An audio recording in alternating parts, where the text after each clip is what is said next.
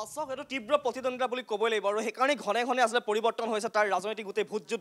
ভোটযুদ্ধখন হাৰিয়ানাত আৰু এই মুহূৰ্তত যদি চাবলৈ যায় এতিয়াও ৪৮খন আসনতে কিন্তু অগ্ৰগতি লাভ কৰি আছে বিজেপি প্ৰাৰ্থী আৰু আনকি ৩৬খন আসনত অগ্ৰগতি লাভ কৰি আছে কংগ্ৰেছে আৰু এই গোটেই যি দৃশ্যপতি যদি চোৱা যায় যে চাব লাগিব যে যি নিৰ্বাচন আয়োগৰ তথ্যমতে ক'ৰবাত ৫টা ক'ৰবাত ৪টা ক'ৰবাত ৩টা ৰাউণ্ডহে আচলতে ভোটৰ গণনা হৈছে অৰ্থাৎ এতিয়াও ক'ৰবাত ১৫টা বা ১৮টা পৰ্যন্ত ৰাউণ্ড ভোটৰ গণনা হ'ব এই ইমানখিনি ৰাউণ্ড থকাৰ পিছত এতিয়াই কৈ দিয়াটো ভুল হ'ব যে কোনে চৰকাৰ গঠন কৰিব কিন্তু এতিয়াও এটা কথাই ঠিক যে সাংঘাতিক ধৰণৰ আচলতে পদ পৰিৱৰ্তন হৈ আছে তুমুল প্ৰতিদ্বন্দ্বিতা হৈছে প্ৰতিটো সমষ্টিতে হৈছে আৰু এনেকুৱা নহয় যে আপোনাৰ ক'ৰবাত সমষ্টি এটাত ৫০,০০০ ৭০,০০০ কোনোবাই লিড লৈ আছে বা ৪০,০০০ ৩০,০০০ লিড লৈ আছে তেনেকুৱা অৱস্থাত নাই কোনোবা ৩,০০০ কোনোবা ২,০০০ যি ভিনেশ ফোগাট যিগৰাকী খুব এটা চৰ্চাত আছে ভিনেশ ফোগাট ৩,০০০ বা ৪,০০০ ভোটত পিছ পৰি আছে এইকাৰণে এটাই কৰিব লাগিব যে এতিয়াই কৈ দিয়াটো ভুল হ'ব যে আচলতে হাৰিয়ানাত কাৰ চৰকাৰ হ'ব জে পি নাড্ডাই কিছু সময়ৰ পূৰ্বে জনাইছে যে তেওঁ যি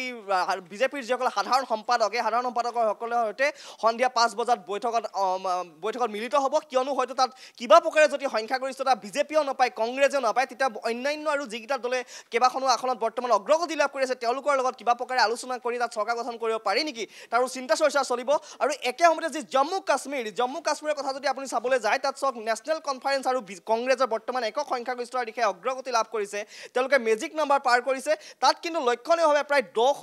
১০খনকৈ আসনত বৰ্তমান অন্যান্য দলৰ প্ৰাৰ্থীয়ে কিন্তু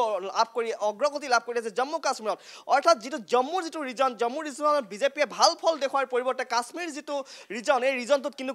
বিজেপিতকৈ কংগ্ৰেছ আৰু যি নেশ্যনেল কনফাৰেন্স উমৰ আব্দুল্লা আৰু ফাৰুক আব্দুল্লাৰ যি নেশ্যনেল